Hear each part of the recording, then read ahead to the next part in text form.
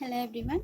In this session we will discuss the base class members in our inheritance, and also we can call like your access specifiers. Whatever we have the access specifiers in inheritance that we discuss in this class.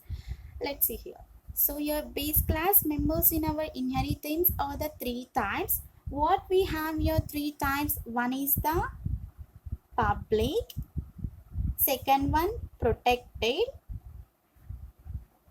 third one private. So we can also call here these three or the access specifiers. Not only base class members in our inheritance, we can also call like your access specifiers. Access specifiers in our inheritance. We can start. First one is the public. So normally everyone knows like your what is the public. Public means your everyone can see, right? So same like that only here. If you are deriving the our subclasses from the base class, you can see normally we'll be having the inheritance like your base class and the derived classes. Your base class is also called as the superclass or else parent class, and your derived class is also called as your subclass or else it may be the child class. By that here I am defining this one. You can see here, if you are deriving the subclass from the base class means your our parent class. Your base class means our parent class. For your confirmation here I am writing the parent class, and your subclass means your you can call this is the child class. If you are deriving the our child class by using the base class, how it will be performed whenever you are doing the programs. You can see, if you are using the public mode, the public members of the base class, whatever you have the public base class, that will becomes in the public only in our derived class. So if we have the public in our base class, automatically the public is also in the form of your public only in our derived class. Means nothing will be changed in this.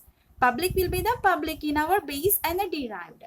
And if you have the protected members of the base class is also becoming the protected in our derived class. Means this is also not changed. Whatever you have the public, that is the public in our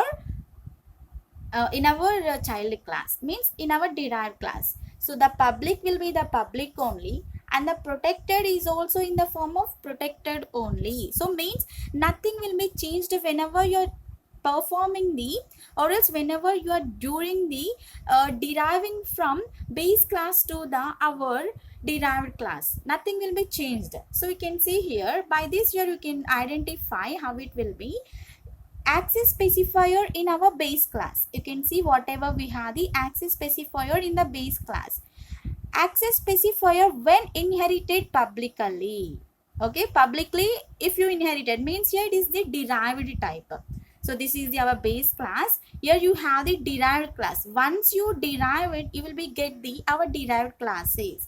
If you perform it, public will be the public only. Okay, public here you can see the sentence here, the public member of the base class will becomes public in our derived class only. So here this is our derived class, right? So you can mention our public only. You can mention here public. And next here you can see whatever you have the protected member of the base class, that is also becomes like you're protected in our derived class. You can write here whatever you have the protected, so with the form of protected only, with the form of protected only. And you can see in between we have the private. Total we have the three access specifiers, right? Each and everything can be performed in every specifier. In public we can access the protected and the private. In the protected also we can access the public and the private. Like that here we can perform. In the private section you can see the private means here it is not visible to any one person. So it is like your kept secret manner, right? So it is in the form of inaccessible, means it is in the form of hidden format. It is in the form of hidden format. Okay, the public can be the public, Protected can be in the form of protected only. Private can be in the form of inaccessible manner. Okay, so let's see here we have the syntax to define with the public. Just you can remember, public means here it is visible to the all the persons. Here we have the syntax. First you can define the class, and next here class name, and next you can open the our class public. Here I am taking the public access specifier. This public access specifier will be having the data type with the variable name. Suppose if you're writing the int, it will be having the variable whatever you need, like your int, like that you can define. And next here we can write the return type. Next you can include the return type and the function name, like here you can write the void function, like that. Return type and the function name, and you can close this. Like this, here we can define the public. So the public will be having the public members of the base classes. That is also becomes like in our derived classes like public only. Like that you can perform. And next here we'll have the protected. Next here we have the protected. In the protected, if you're deriving the subclass from the base class only, you can see this is also similar to the our public only. If you're deriving the subclass from the base class, what it is? By the protected. If you're deriving the subclass from the protected base class, in this we are not taking the public base class, in this we are choosing the protected base class. So then here both public member and the protected members of the base class will be becomes like your protected. Okay, you can see will be understand by these. Whatever you have your private, so in this private is also here inaccessible manner. In this protected also private is like your inaccessible, like your it is in the form of hidden format. And here whatever you have the public member and the protected members of the base classes, these can be visible like your public can be converting here protected manner. And whatever you have the protected, this is also having the protected manner. You can see here public member and the protected members of the base class. This is the base class, right? So these two are will become to the protected in our derived classes. So whatever you have the public and the protected, now these are converting, means whenever you're inheriting. So in the derived class will be having like your protected and the protected. These two will be converting like this. And next you can see the syntax for this. So this is also similar to the whatever we written the previous public, but instead of the public you can include the protected. That's it. Here you can write class name, whatever you have that you can include here. And next you can write the protected access specifier, and it will be having the data type similar to that only. The data type after you can write the variable name. And next here you can also write the return type. Your return type will be the void, you can choose or anything. Okay, it is depends on the programmatic only. And next here you can include the our function name, and then close the our brace here. Like this here you can perform the protected. And at last here we have the private. So your private means here it is visible for only ourselves. It is not for the all the persons. Okay, for example you can choose like your fingerprints, or else your mobile lock, like that, for example. So if you're telling to your friends or else any persons, they can. Otherwise here that is like your kept secret manner. Or else nowadays we have the UPI IDs, so those will also have the private mode only, right? So here if you're deriving the subclass from the private base class, in the base class here we are choosing the private mode. Okay, by that here we are deriving the our subclass. Here both public member and the protect member of the base class will become the private in our derived classes. Means these two are also converting into the form of private only. Okay, so it will not have the any public mode. These two will be converting into the private mode. Means here we cannot perform whatever we written in the public and the protected. Those two also in the kept like your secret manner only. Just see the syntax for this. This is also similar to previous only. You can see class, class name, and then open. After that you can write the whatever we have your private mode. We are talking about the private mode. Okay, and then here you can start here. So after the private, here what we are including here, just here we are including the our data type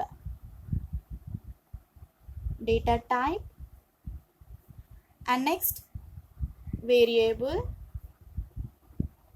name, return type, and the function name. Return type and the function name, and then close this, and then you can close this one. Okay, so just you can see in the public, in the private we are performing. So this private, in this also it is performing like your inaccessible manner only. So it is also not performing. So it is also in the form of private, is also not working into this, like it is in the form of hidden format only. It is also in this private is in the form of hidden format, and you can see whatever you have the public and the protected, those are changing into the our derived class, right? So now here these two is converted into the form of private mode. First here we work like here with the public, right? So in the public whatever you have, that is converting into the like this. Okay, whatever you have the public, that is converted. Public can be in the public only, protected is in the protected only. There is nothing change in the public, but in the protected whatever you have the public and the protected, those two are changed with the protected manner, right? Private is always in the constant manner only. And next in the our protected manner, you can see in the protected manner whatever you have the public and the protected, those change it like your private manner. This is how we are performing the base class to the our derived class. So this derived class is performing like your inheritance performance with the base classes. Okay, just see the one simple program for the all these our access specifiers. Okay, so just first I'm taking the class A, and next in that I'm choosing the public int x, and next here we have the protected. We have the three access specifiers, right? Int y I'm choosing, and next we have the private. Okay, in this private also we need to be take something like that is like your I'm choosing int z. After that here you can close the our class A. Then you can see here our A is the our base class now. For that here you need to be create the derived classes, right? Here what we have the derived classes, what we are deriving, like by using these access specifiers we are performing the our derived classes here. You can see first I'm choosing the class B. Okay, here I'm choosing the public A. Here I am choosing the public A, means class, derived class, public, base class. And then open this. In this you can write the whatever you have the statements. After that you can open again class C. And next here protected I am choosing. What we have the int y that can be performed into this. Again it is a base class performance. And then write the statements whatever we have in this. After that again write the class D.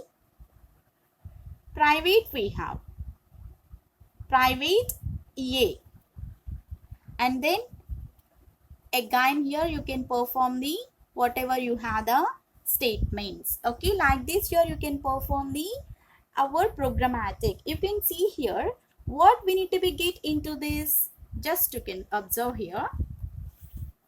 You can clearly observe this program, you will be understand. The first here we have the public. Okay, just you can see this is the our base class. Here A is the our base class. From the base class here we are performing the all these things. From the base class only here we are performing the all the access specifiers. Public, protected, private, these three are the our access specifiers, and also it will be having like your data type with a variable name. You can see in all these. Okay, after that here I am deriving the derived classes by using all these access specifiers. Now you can see this is the our derived class.